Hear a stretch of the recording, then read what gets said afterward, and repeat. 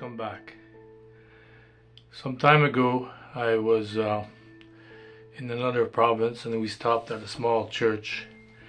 And there was a guy there that gave a good sermon about, the sermon was about, if crisis happens, who are you going to call? Are you going to fear and panic, or will you call upon the name of Jesus? And it was a sermon that stayed with me for quite a while. Then we moved back to our province, and we lived in a small, I call it the shack. It was a cozy little place in the forest, and we had two wood stoves in there, a chimney, and I had put that fast together, and I guess you would say it wouldn't pass codes because it was way in the bush, and anyways, it worked for me. But one morning we were going to work, and as we were just going out the door, my wife picks up a piece of paper that was on the floor, and she throws it in the wood stove. Suddenly, before I close the door, I start hearing howling and whistling, and I look, and oh no, we got a chimney fire. For those of you who don't know what a chimney fire is, it is one of the most terrifying is a bit of an extreme, but it's not good because many times houses burn down with that. And since I was not up to code, this place was going to burn down. My wife immediately started panicking and thinking of what should we take out, and she was almost crying, and suddenly to my mind came that sermon, who are you going to call in time of crisis? So I told my wife to stop screaming and pray. So for some reason she disappeared outside.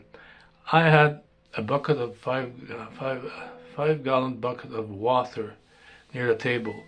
So I take that, I open the wood stove door, and I throw quite a bit of water in there. And then I shut the door tight because you don't want to have air going in to supply oxygen for the chimney, so the fire gets hotter. So then I go and I start pouring water on the stove pipe itself to try to cool it off, to stop them from getting red. They were glowing almost, and I don't know, it was not going well. Suddenly my wife for some reason walks in, and she was kind of, I don't know, not in a state, a funny state, and she has a box, and in that box there's snow, wet snow. And I say, wow, what an idea. So I take a big clump of snow, since it was soft, and I start massaging on the chimney wherever it would start red, and it would stop, and then it would come red higher, and then I'd go higher and massage that place, and finally it stopped. And what a relief. Okay, so then, well, we had to go to work, and that pail was empty on the floor, it was in the way, so I come to grab the pail, and have you ever picked something up, you think it's empty, but it's full? How you get is kind of a little shock, so what's going on? So I go to pick it up, and boom, it stays right on the floor, and I look at it, and the bucket is full of water. That's impossible, because you see, when I threw the water inside the stove, my bucket was tilting almost at a 90, so there was not much water left, plus I used some on the chimney, but it was full. And also the fact that my wife didn't know what she was doing, and she just came with that snow. It was, we saw a miracle happen. That bucket was full, and that's impossible.